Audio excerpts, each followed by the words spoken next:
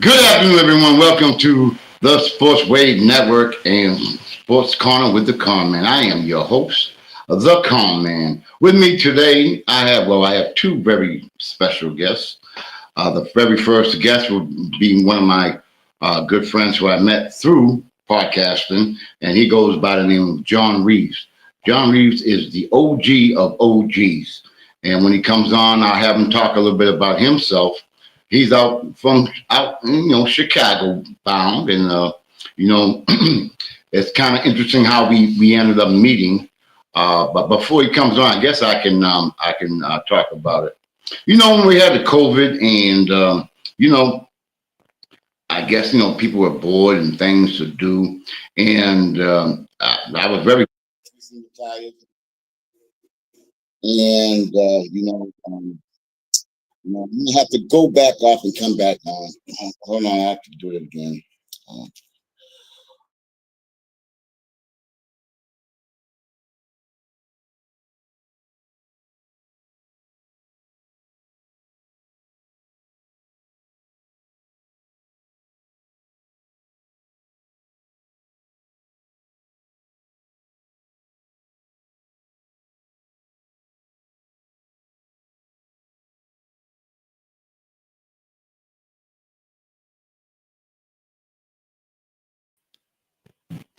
yeah, sorry about that, folks. Every time somebody calls, because I'm doing it via phone, and whenever someone calls, it interferes with my show, and the volume goes down. Then I got to go off and come back on. I just recently purchased a computer, but we're working on the final things to get that going on. So this will be the last day that I'm going to be on this damn phone. But anyway, I was talking about OG John Reeves.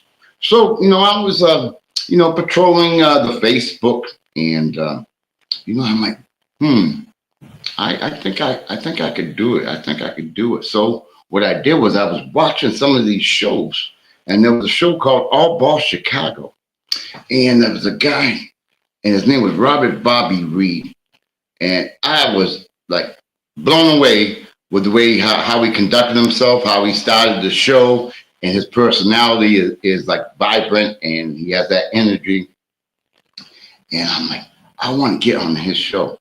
And what I did was I was going around to damn near everybody's show trying to get on, saying that I was the basketball historian, et cetera, et cetera. And I really believed that I was. And I would go on the show and talk about my experiences playing against Dr. J. And that kind of, I guess, got me my foot in the door. I guess it got my foot in the door. But anyway, I think I was stalking Robert Bobby. I think I was stalking him, to be honest with you. But he said, "No, I'm gonna get you on. I'm gonna get you on. Don't worry, man. I'm gonna get you on." And then he told me here, "Oh, I got OG, man. I think that you guys would click pretty well together. I want you both to come on my show." And we did. I came on. I didn't know Robert Bobby Reed. I didn't know John Reeves. A little bit nervous because I didn't have no experience. Well, not that much anyway. And we clicked. We just clicked. He's old school, you know what I mean? And when he comes on, hopefully he comes on, you will see that he is definitely old school.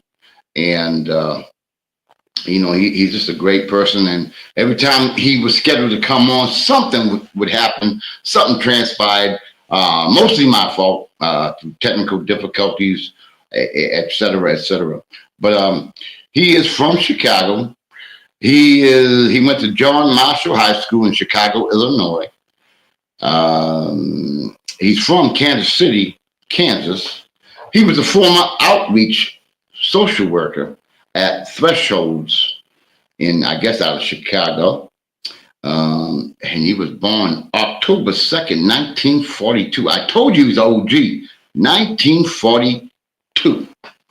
And, he has a vast amount of experience and knowledge firsthand. We can talk about Wilt Chamberlain, Bill Russ. He actually was there.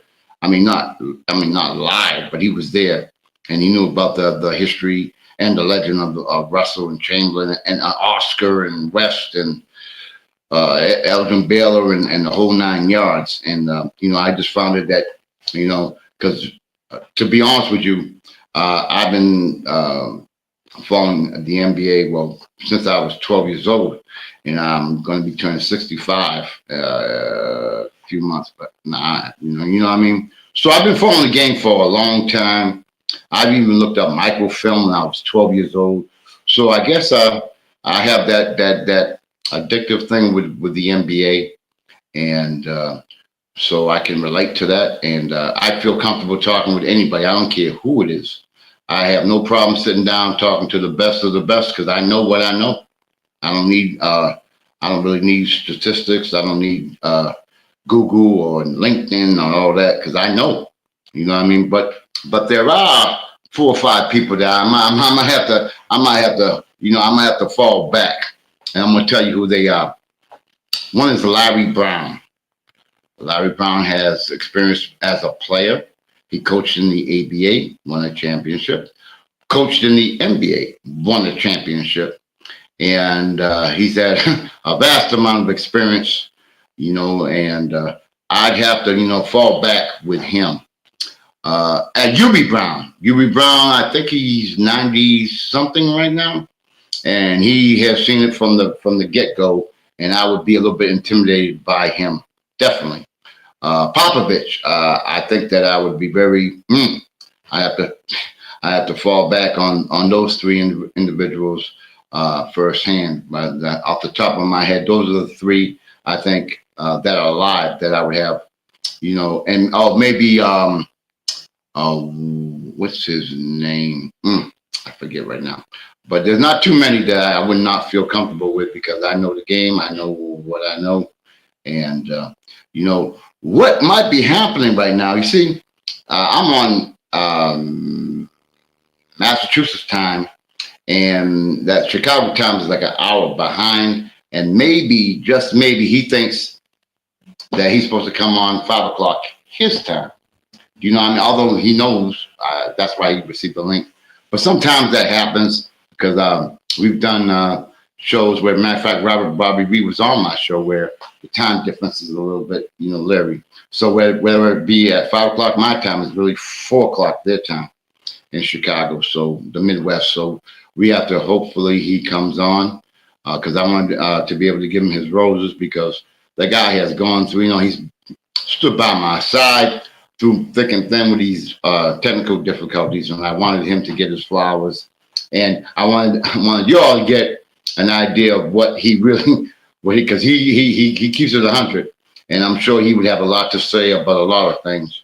About the, I'll tell you what I really wanted to talk to him about, and maybe if he comes on, maybe he can express himself. I wanted to get this GOAT theory out the door, out the building, out. Why do we keep on going who the GOAT is? Who really cares? Who cares who is the GOAT? Because I'm gonna keep it real with you. I told this story when I first appeared on this show. When we're talking, they asked me that question, and I told them, I said, you know what? It all depends what resonates with you, and I'm gonna keep it real. When you were growing up, and your grandmother used to make a special meal. I don't know what it was, spaghetti or mac and cheese, whatever it was. Fried chicken, whatever it was. You can relate to that. And now I'm sure what I'm saying. Now, 2025, you may go out to a restaurant and you may see or eat something that's really good, and you might say, "Well, that's not like my grandmother's." You know what I mean? So where I'm going with this is the fact is you get to the old timers, what resonates with the old timers are the older players. What's going to resonate with the younger guys are the younger players. So they're going to think what they know, the youngins, and the older people are going to think what they know, and they're going to believe it. Because you understand something? Like when I was growing up, when I was a youngin, and I first was watching NBA, it was like a larger than life because we didn't have that many channels. There was no ESPN, FS1. We didn't have that. We only had 3 channels. And when a game came on, which was once in a blue moon, it just seemed like larger than life. Everything took on a meaning of its own. I don't know. It was crazy. It was like the players became larger than life. The uniforms became larger than life.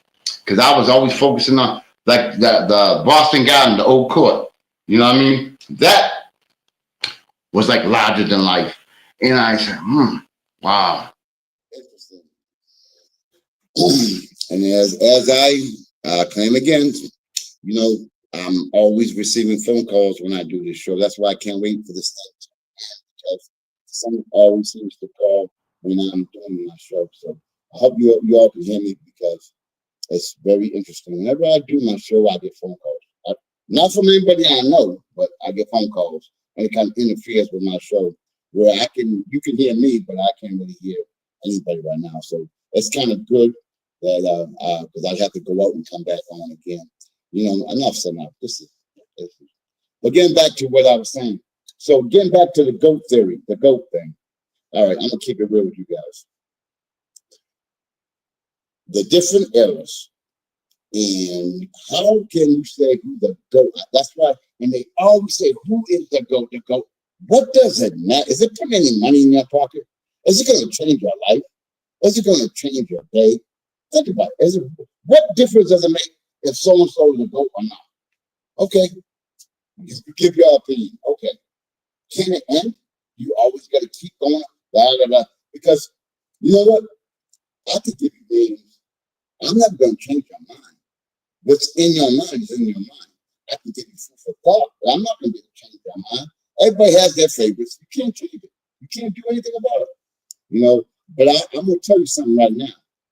When I think about it and I look back, and you know, me being old as dirt, as I like to say, you know, what really matters to me is what people do off the court. So when someone really asks me, like, who is your GOAT? You know what I'm gonna say? Here we go with another phone call. It just happens. I can't. I know I'm kind of popular, but dang, phones keep coming in. And they're not anybody I know. It's just people just keep calling in. But anyway, I'm gonna keep continuing. I'm gonna fight it. This is gonna be the last day of doing this with the phone and being interrupted with phone calls. But anyway, I'm gonna tell you who I believe is the GOAT. I'm gonna tell you Oscar Robertson. And now let me tell you why. Oscar Robertson only won one NBA championship, and that was when he had then Lou Alcindor in 1971, 1972. I think it was one of the years. That's not what I'm talking about. Even though he was known for triple doubles and he had great numbers, that's not what I'm talking about. When I'm talking about the GOAT, when you talk about the greatest of all time, are you referring to as a player, as a person, what he did on the court? Does it go by championships? Does it go by eras? What Oscar Robertson did was more important than anything that anyone has done on the court. And I'll explain why. I'm not going to give you all the facts because I'm on the court. But what I'm saying to you is, without Oscar Robertson, you know, back in the day, the NBA, as you know, had owners. Because you got to remember, it was what the Jackie Robinsons, and you got to remember the era that it was played in. So you had a lot of owners who ran everything. The players had no say. They had no idea. They had to basically do what they was told. And if a player was not happy being on the team, he had no choice. It was either play or you're out the league for the most part, unless you were, I guess, a superstar. So look at it from that point. Now, taking the fact of Oscar Robertson, you know what he did? He not just him, but he was the main focus. He said, ho. You know, you got to treat us like grown men because that's what we are. And we provide a service that helps you guys out. And there was a game, very first All-Star game. It was again, I have no clue. I just go to up here. 1961. It was played at the Boston Garden. Now, back then, I don't know if you all know, but the players, if you got hurt, you paid your medical bills. Anything happened, you had foot the bill. Number one. Any medical, anything, you had to pay for that out your pocket. And back then, the players made very little. Even if you compare it to today's salary, you know what I mean? They made very little. That's why a lot of players had to work 2, 3 jobs, just like baseball, just like football, I assume. But in the NBA, what Oscar Robinson did, now mind you, all the stars lined up at the Boston Garden to play their very first NBA All-Star game. And Oscar Robinson, I want you all folks to know, said, he went and told both teams, look, we are not going to play until our needs are met. Now, mind you, it's a TV game. Check it out. It's a TV game. So you know the owners and the television network, they're all getting nervous because Oscar Robinson said, hey, we want to go in good hotels. We want to have our medical bills paid. We want insurance. We want this and that and this and that. And if they're not met, we're not going anywhere. And if I remember, again, I don't have to. If I remember, I think there were only 4 people that said that they wanted to play the game. The rest of them said, no, we're going to roll with you. We're going to ride with you. And best believe, the owners got together and said, okay, cool. Hey, we can't, this is a national TV. We can't have no game. So Oscar Robinson picked the perfect time to do the perfect thing. He did the right thing when it was time to do the right thing. And by him doing that, the players were now not just, I don't want to use the word, but I'm going to, they were not slaves. You know, they were getting treated accordingly.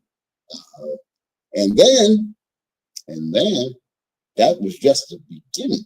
Oscar Robinson enabled, well, put it forth to enable players what they now call free agency. That was because of Oscar Robinson. So when you talk about the GOAT, imagine if he and his staff or crew didn't do what they did. NBA would have never grown to the level that has grown. So when you ask me, honestly, who was the GOAT? That was the GOAT. Because if it wasn't for Oscar Robinson, none of the things that they were able to obtain, they would never have. Because the owners did what they want. There was no trading. There was no. You stood on one team. And if you go back and look, again, I don't have to because I got this. You go back and look, most of the teams stood together because they had no choice. Where they going to go? Where they going to go? So to me, if you really want to know the truth about it, and because I'm OG too, so, but if you want to go back in the day, you look at that. If it wasn't for people like Oscar Robinson, and if you remember that big sit down that they had, where they had Lou Alcindor, Jim Brown, Muhammad Ali, they had Bill Russell, they had all them guys in one room showing solidarity. You know what I mean? That, hey, no, this is what we got to do this, not only for us, but the future generations. To me, that is the goal. Because without that, none of that stuff that would have taken place. It would have been going, how it might have, but who knows how long it would have taken. So if you want to know, to me, I can't say there's one goal. What I'm going to say, another one. But before I go to the part 2, part 1. And of course, here comes another call. Oh my God, here comes this phone is driving us. But what happens is when you take a big stand like that, things can become very negative. And what I mean is, and this is really, really, really, that's why I give him even more props. Oscar Robinson's still alive. I don't know if you guys know. Oscar Robinson is, as far as his on the court exploits are legendary. We all know how, coming from the University of Cincinnati, he put up phenomenal numbers. His NBA career was phenomenal. And, he just was one of the best of all time. He was 6'5". He had slow, would you believe another call? He wasn't very quick. He couldn't really jump that high, but he had strength. and he can get to anywhere he wanted to on the court at his pace. At his pace. You know what I mean? And there's a guy who I remind me of him today, which I'll tell you about. But Oscar Robinson, he had quite a long career, and finished up with the Milwaukee Bucks. And then, do you know what happened? I just told you what he did, right? Well, the NBA headers, they don't forget. Oscar Robinson was basically banned from the NBA, and if you know, he still is. You don't see Oscar Robinson is one of the best broadcasters ever. You won't see him on the NBA. They will not allow it. My man does Indiana college basketball. He might do some Indiana NBA. But as far as anything else, they don't forget. I'll give you part two. Look at Bill Russell. The man with the unstoppable hook shot. Have you seen him on any bench? Have you seen him on any coaching any team? I know he helped out the Lakers once in a while, but have you seen him? You ever think why? That's why. That's why. Because they took a stand to help not only the players of that era, but for future players. So when it goes to that level, I gotta go. To me, that's the goal. Because we can talk about Jordan and LeBron. We can do all that. Nobody's gonna win. Nobody's gonna win. You can say whatever you want. Nobody's gonna win. I think that it's interesting though, because when you look back, who really cares? We were, well, I don't know how old most of the viewers are, but myself, I had the opportunity to watch Bill Russell, Wilt Chamberlain. I seen all of them play. You know what I mean? Then you go up the ladder, and then you get to see Isaiah, and then you get to see Magic and Bird. And I remember because I was at the European tryouts in New Jersey, and that was when the famous game where Magic Johnson was a rookie and they beat the 76ers. I was in New Jersey, and the game was on tape delay. That gives you an idea. It gives you an idea of what it was like then. And it's great. It was crazy. What a crazy time. That's why I don't want to go by the GOAT, because and then what's really crazy, and I'm gonna keep it 100 with all y'all. Even Michael Jordan said there is no GOAT. He said, I'm not the GOAT, but people still gonna say he's the GOAT, even though he said, look, it's different eras. He said, Bill Russell won 11 rings. I won 5. Does that mean I'm better than him? Does that mean Russell's better than me? No. So I hate I hate that this in all sports. I hate that discussion because different eras. Now, if you think about it, if those older players had other facilities and the training, what do you think they would have been? They didn't have it then. So how can you judge the players of 2025 to the players of 1970 or 65? How can you do that? You really can't. They played with what they had to play with. They didn't have all the technology and all the stuff that they have here today. And then there was no AAU or stuff. If you really break it down, there is no GOAT. People in their mind are going to say what they want, but to me, there is no GOAT. Now I'll break it down even further, because I hate the GOAT.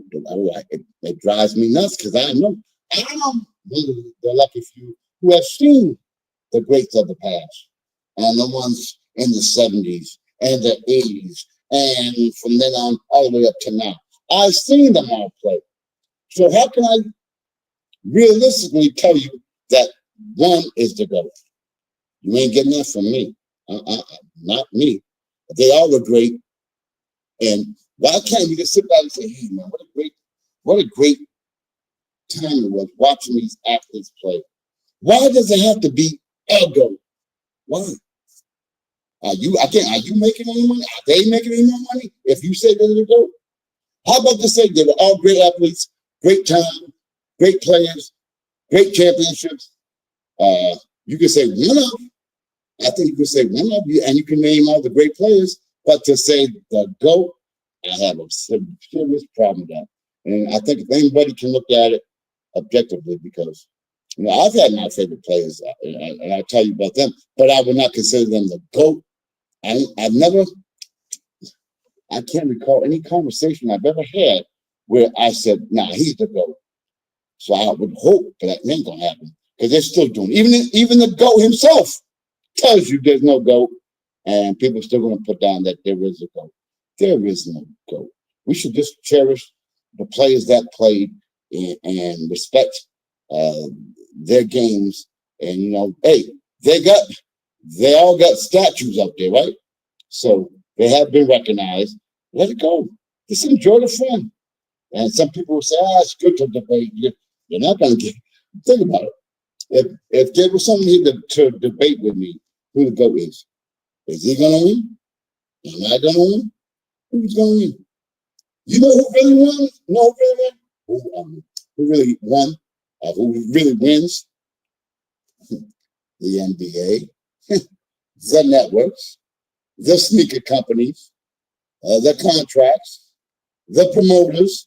They really win.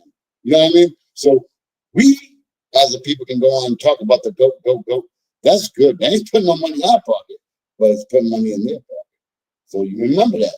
So again, I don't really want to go into the GOAT scene. Again, I don't know. As far as I know, Mr. Reese, as of last night, said he was coming on. But again, I can tell you by the time difference sometimes, But again, he was born in 1942, I think. Yeah, I think 1942. So he has a vast amount of experience. But anyway, when we're going back to John Reese again, well, when we did that show, it was well received, and we hit it off well. And we kept in touch, and it was thanks to Bobby Reed that he hooked us up. He knew something. One man, he knew that we probably would click. You know what I mean? And I was a little bit more laid back than I am now. I talk smack all day. But back then I was more laid back. I wasn't as, I was confident about it. I don't want to step on any toes, you know what I mean? But OG and I just kick it. Hey, he may agree with me, or he may not. I still respect him no matter what. I'm not going to get angry because he doesn't go with my opinion, or but because some people will go damn near blows because you don't agree with them. But some people have their own mind, their own decisions. And again, I keep telling people, it's what resonates with you. I can't be, when you were growing up, you had your experiences and I had mine. I can't put me in what you experienced as a child, just like you can't put what I experienced as a child, because you weren't there. It's different, and it's a different feel. When you're growing up, that's why they have Christmas. You go look for gifts. You're all pumped up. Then what happens? You get a little older, and of course I get another call. You get older, and things happen, and they're not as important. You know what I mean? Like, I'll give you another thing. It's okay. I recall the ABA. Now, a lot of you probably don't even remember anything about the ABA, but I do. It was not televised, but I would, because I had again, a sensational thing about NBA and the ABA, and there was this guy called Dr. J. But anyway, I'm gonna tell you something. The very first dunk contest was in the ABA, and it wasn't the NBA. People don't know that. But you remember back in the day, I remember they had a piece on, it was, check this out. The dunk contest was 3 people. It was Kareem Abdul-Jabbar, ML Carr, and I think Ron Lee. I think it was Ron Lee. Just 3. And believe me, whew, yeah, it was a dunk contest. They got the idea from the ABA. If you look at that, you can go Google that. You can Google that. You want to talk about boring. But anyway, that's how it originated. And then you get back up and back up. Now, we all remember all the crazy dunks, when Dr. J and Michael Jordan and Dominique. Now, to me, that's when those were the best dunks. Because again, it resonates with me. And I was like looking in awe. Now, everybody dunks. There's all kind of crazy dunks. Nothing's gonna shock you. That shock factor. No, it's not because you've seen so many dunks. It's all played out. That's why they keep making changes to the All-Star game. You know what I mean? There's a reason. It's just like when I'm watching NBA games. Now, if I saw that, them games were played when I was like 12, I'd be in another world. But because I've seen and been saturated with so many damn games, so many dunks, so many, and then the copycats, you know how that goes. Copycat, I think everybody copies each other, copycat. And I think it makes for a very bad product. But what I'm saying again about the goal, and I let it go. The goat to me, there is no goat. You know, another one I'll give you. He was not a goat. I'm not gonna say goat, but I'm gonna say something that should be, you know, food for thought would be Red Auerbach. And I'm gonna say Red Auerbach because Red Auerbach, he was the coach of the Boston Celtics in the late 50s and early 60s. Up, I think until about 1968, I think, or 67. But anyway, he was, you know, a raunchy with a cigar up on the bench, which was kind of different. But anyway, Russ Auerbach was a master creator, a master innovator, and he could make players play better than what they were. And he's the first one to have a starting all black five. You gotta give him credit for that during that era. Think about it. During that era in the NBA, starting team all black. That's crazy. But that's what he did. And then to have the nerve when he said, I know, go wrestle. I want you to coach. During that era. Now, folks, again, you guys probably don't know, but there was a big riot, there was big hostility, not because of that, in the Boston area, and there was gonna be riots, and there was gonna be, and they called my man James Bond in to try to calm the crowd down, try to calm everything down, which it worked, by the way. But anyway, you know, for someone to take a chance during that time, again, resonate. I'm going with resonate. That resonated with me. All black team, he decided to have the first black coach in sports at that time. Think about that. Think about this. And here is where I lost my claim to be the basketball historian.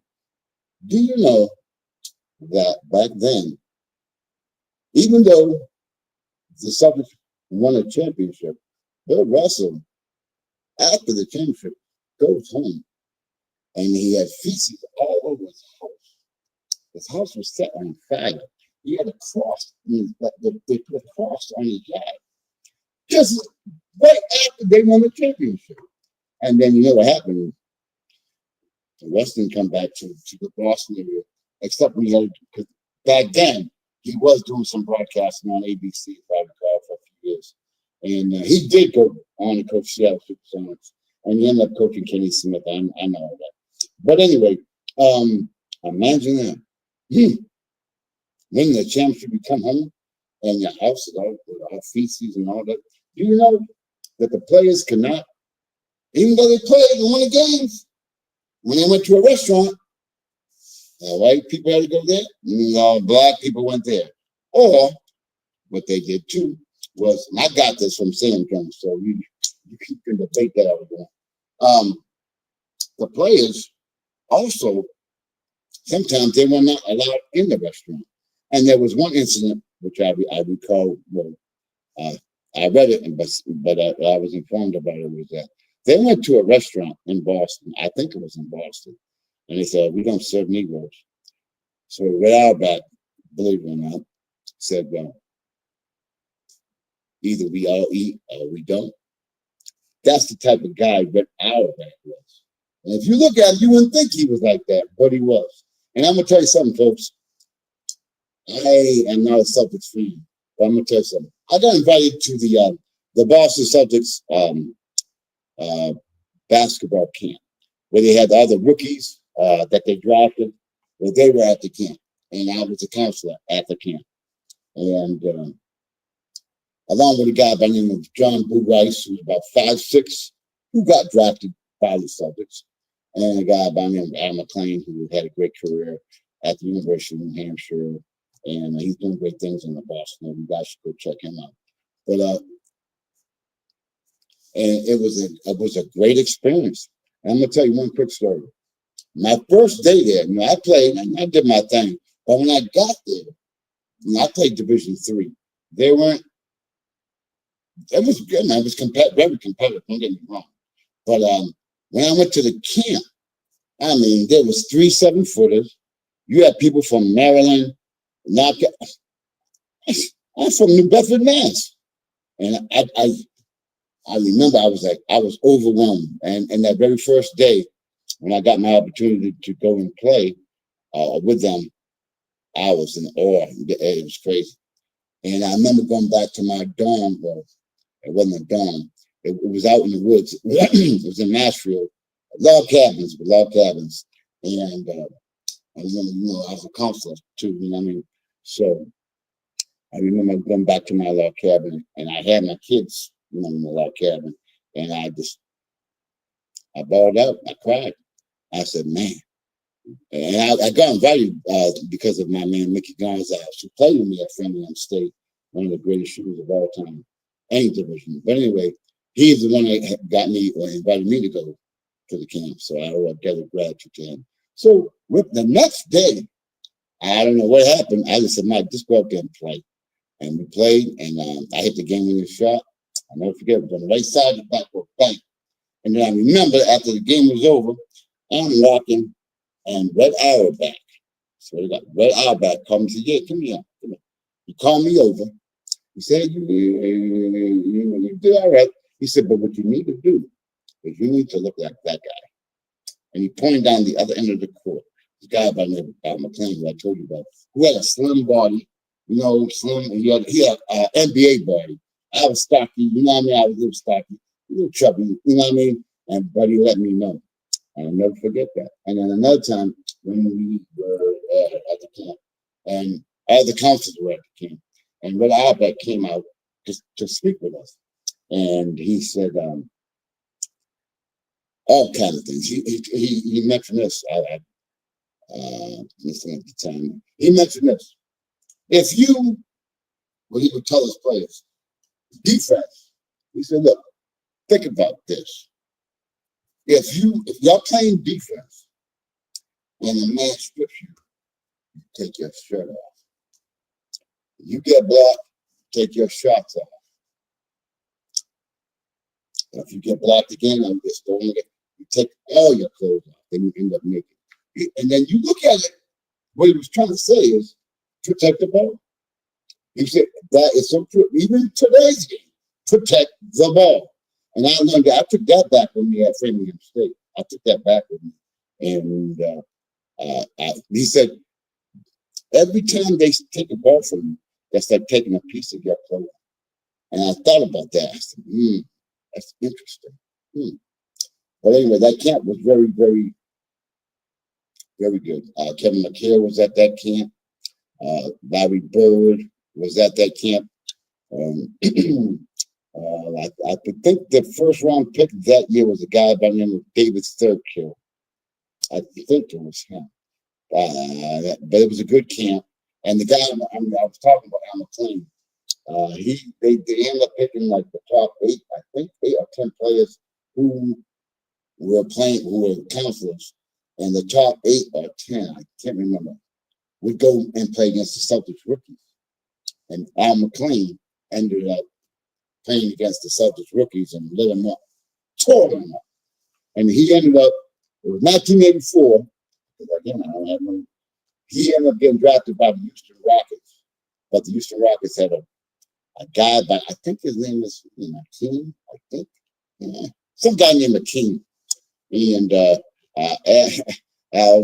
he just got drafted by the wrong team. I think if he had gotten drafted by another team, I think he might have the chances would have been better. But he got drafted by the Houston. You guys can look it up. Al McLean, 1984, and you know who that 1984 draft was. That was crazy. But Al and I he came on my show a couple of times. John B. Rice, the guy I told you about, who was the last pick of the 82 or 83 year. You guys can look that up. He was the last pick in the NBA draft that year. He's 5'5" or 5'6", maybe 5. Great player. When we were kids, I guess you would call it we would go against. He's from Boston, I'm from Massachusetts. And believe me, we would go at it. And he was a great player, and I think he had was one of the all-time leading scorers at UMass Boston, which was called Boston State prior to. Great career. He got drafted by the Celtics, and the guy on my team, Mark Van Barkenberg, who led the nation in scoring, and I was the point guy, so you know how many assists I must have had. But anyway, he got drafted by the Boston Celtics as well. And I remember a picture of him on the back, on the cover of the sports page of the Boston Herald, and he's dunking over Greg Kite. I'll never forget that. But Mark was a tweener, and he didn't make the Celtics. But what a tremendous career! Look him up, Mark Van Valkenburg. Look him up. I think he had 3 years like nobody. I think he had like 30. I mean, he was phenomenal. And he was very, very quiet. But getting back to, I got a few more minutes, so I've gone this far. I might as well keep it going. We have a great guest, by the way, in the next hour. And I hope the phone don't ring again. You know, it's kind of, but this will be the last time because I got a computer, a brand new one. We're just working out the iron out the problems with that. So we will not have this problem anymore. You can see my little. So we're getting big time. And again, I want to thank the network and Key Williams and Jake Silver for allowing me to do what I do. But sometimes you have technical difficulties. All podcasters will tell you something goes wrong, and you just gotta deal with it. I don't really like doing shows by myself. I really don't. It's very difficult. It's not easy. I don't want to hear myself talk for 5 minutes. But now that I'm in this situation right now, and I got a funny feeling John's going to come on, thinking that, like I told you, that it's 5 o'clock is 6 o'clock my time. So 5 o'clock my time is 4 o'clock. I think I text him, hopefully, again, because this guy been trying to come on, and something always happens. I don't know if it's a curse or what. It's been about 4 times I've scheduled him to come on, and something has happened. Mostly my fault because of technical difficulties. Something happened. And again, as I told you, when you're doing a podcast via phone, which is not too bright anyway, when someone calls, it interferes with the show, and the volume goes down. So I either got to put my head to the phone and try to hear what they're saying. They can hear me loud and clear, but I can't hear them unless I go off and then come back. I'm giving you some technical issues for all you podcasters that might want. These are things you might have to deal with. If you have your computer all set and you're computer literate, you won't have the problems that I have. But I'm working on it. We're gonna be all right. But I have a great guest. The next hour, his name is Ibn Bakari. Ibn Bakari. I don't want to talk too much about it. Let him talk about his beginnings and stuff. But he's a very special human being, and I had the opportunity to meet him. I followed his career, of course, but I sat down and we discussed. And, I told him about my show, and he told me what he was doing, and he came on my show before. It was a great show, and he's a great person. And now he's doing some great things in the community and internationally as well. He was a former URI standout, and I don't want to say too much because I'm going to give him his flowers. And I'm sure he'll be coming on, so you don't have to put it with me for another hour. But Ibn Bakari, it's funny because he's from Detroit, Michigan, and he was on the same high school basketball team as Jalen Rose. And I'll let him talk about that. But we got some great guests coming up. And, when you do podcasts the way I do it, it's a lot of work because you got to try to get, we don't have to try, but I try to get guests. And I try to get guests that make an impact And I've been very fortunate to have some great guests. Sam Jones, come on, you know what I mean? And you know, some people didn't know me from a hole in the wall and didn't really know what I was about. But Kermit Washington from the Lakers, Gene Smith from Georgetown, Reggie Williams from Georgetown,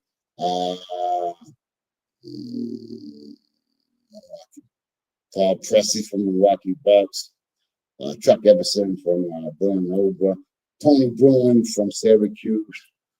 Oh man, I keep forgetting. I have so many, but I mean, I'm fortunate to have a lot of great people on, and I'm going to have some more come on. We're going to have the Star God Bryson Goodine, who's now playing for University of Oklahoma. He's going to come on, but right now he's in the thick of his season right now. But he's from locally from around here, and I just had Noah Fernandez, who played at Wichita State, played at UMass, and then he finished out his career with Rutgers. And he's back here. He's going to be working with us at the BBA, the Bedford Basketball Association, and we welcome him with open arms.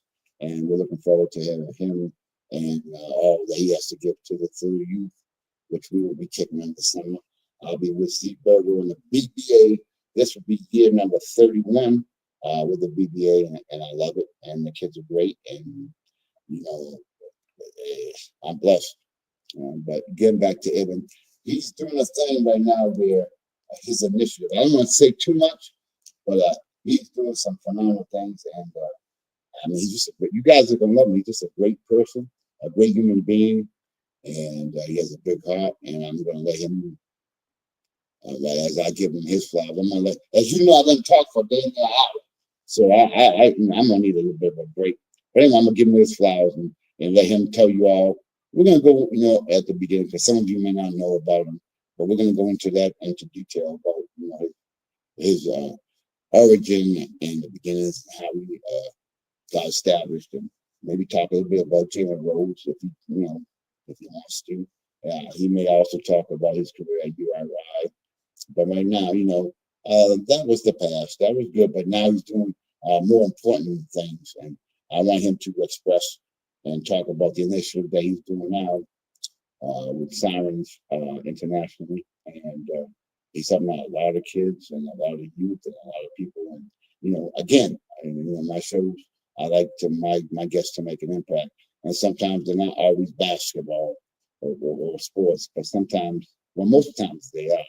But the ones that are not, I think that they make an impact. They've made an impact. You guys know I had Danny Santana on about a month ago, and we had views up the yin yang because he had an important message, and you know he did some great things, and he's still doing great things.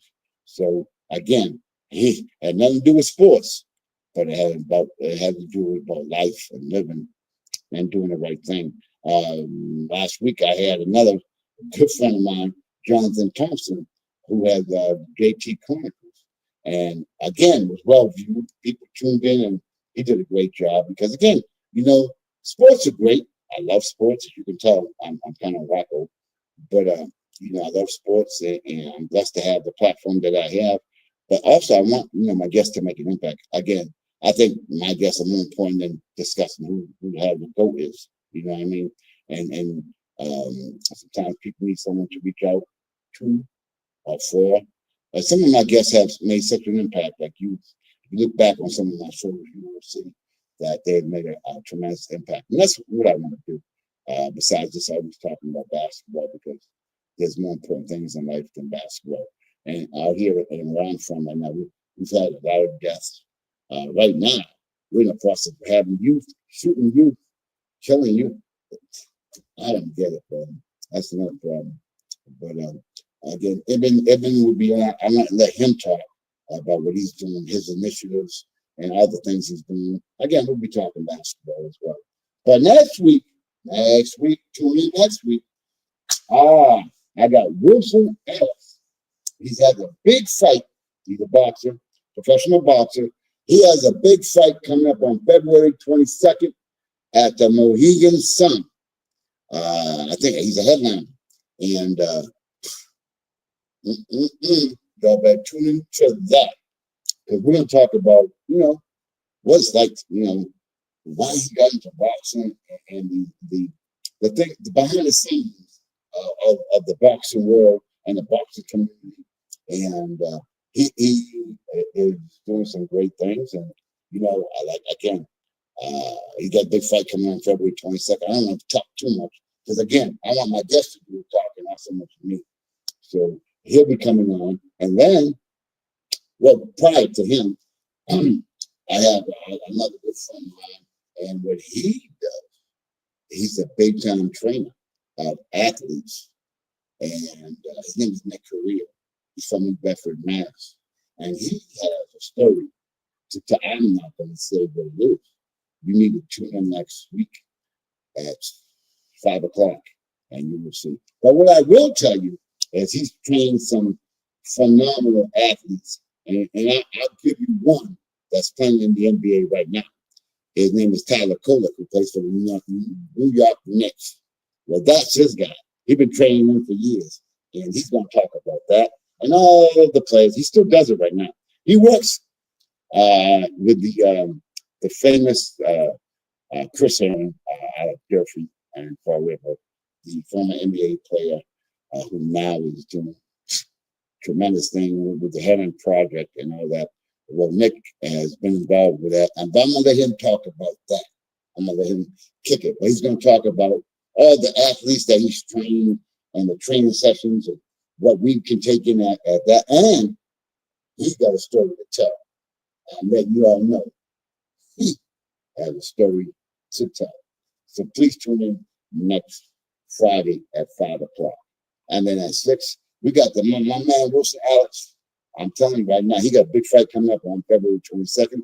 So we're going to promote the fight. We're going to promote him, and we're going to do the damn thing. So I'm looking forward to next week. And I'm looking forward to my guest who will be coming on pretty soon. And he's Ibn Bakari, again, former URI basketball standout. And what a great person. I'm going to tell you how we met. One of our good friends, his name is Masadi Carwell, and he had a get-together at his house. And I knew of him, but I never really met him. But then again, I'm not telling the truth because I used to do the Monmouth Park basketball shows. I did that for 40 years. And I refereed, I did the book and clock, and then the last couple of times I was on the mic. And you know me, you can picture me on the mic because I talk smack. So it was very interesting. We had a big crowd every year. I mean, the talent was unbelievable. We had some great talent. Shabazz, Napier, he was there. I can go on and on. Dwayne McClain from Villanova, he played there. Danny Barrows was always over there. I mean, it was crazy. The level of talent was phenomenal. And you are Providence entry. Ibn would always come down and play. Now I do not, because I was like, I remember him. He's 6'8". How could I forget him? But Providence always come down with a boat. The team was stacked, and maybe he'll talk a little bit about that as well when he comes on. But again, he's doing this thing with Simons internationally, and I read a little bit about it, and it seems like it's very interesting. And I hope we got to get the OD on, man. But like I said, I think what happened, the Midwest time is here. 5 o'clock here is 4 o'clock in Chicago. So I don't know if he got the times, you know what I mean? I hope not, because every time we try to have him come on my show, something happens.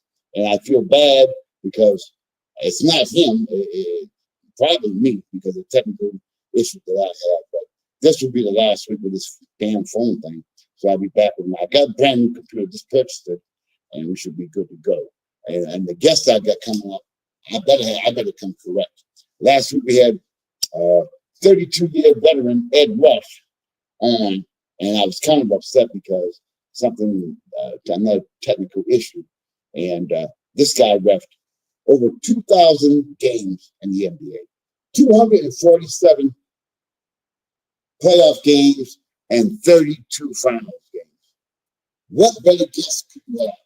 And it was going well, but as usual, something happened. So But anyway, I contacted him after the show and apologized.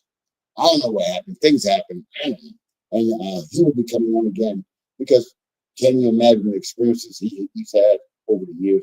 You want to talk